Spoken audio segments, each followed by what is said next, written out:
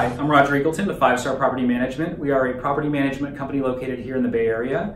Today's topic is landlord horror stories. So this is always a fun topic, and it's a topic though that really I think gets overblown by the media and by friends and family members, because everybody's got that horrible story about a rental property that got destroyed by the huge dog that ate the kid next door or did something crazy. But in real life, that doesn't happen that often. And our goal with this topic is to help you hopefully make some of those choices to prevent that from happening.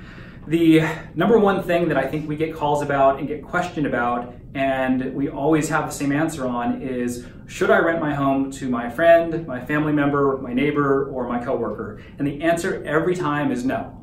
Unless you want to evict them later on down the line, unless that relationship means nothing to you, and unless you want to spend a lot of money fixing the property. Because at the end of the day, that always happens. You lose that friendship, you spend a lot of money, and you might have to evict them because you don't have that same type of business relationship with that person because you're too tied into them emotionally. And I know everybody says, oh, I'm better than that. I can think logically and I can separate my emotion, but the reality is that usually you can't.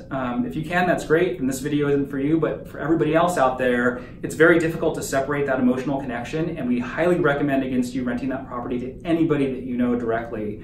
This is where hiring a property management company comes into play, because if you do still want to try to rent that property to them, we recommend that you insert somebody in that process that can be kind of the neutral third party, and that would be us. And even though I say neutral, we're really not neutral because we do work for you as a property owner, and our job as an agent of the property owner is to look out for your best interests. So we always are going to be looking out for what is best for you as a property owner. And sometimes that can create enough of a separation and enough of a buffer so that the relationship can continue to thrive and develop, and at the end of the day, when they move out, everything is still fine.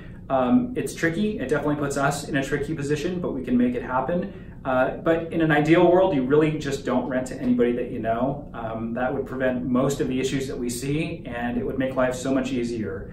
I have a further list of topics and stories that we can share with you. Some of them are not safe to share on the internet, so I'd have to send them to you via email or text or whatever. But if you do want to get in touch with us, please feel free to do so. The number listed below. We'd be happy to go over your scenario or go over some of the other bad scenarios that we've seen in order to help you prevent that from happening in the future. Thank you for watching.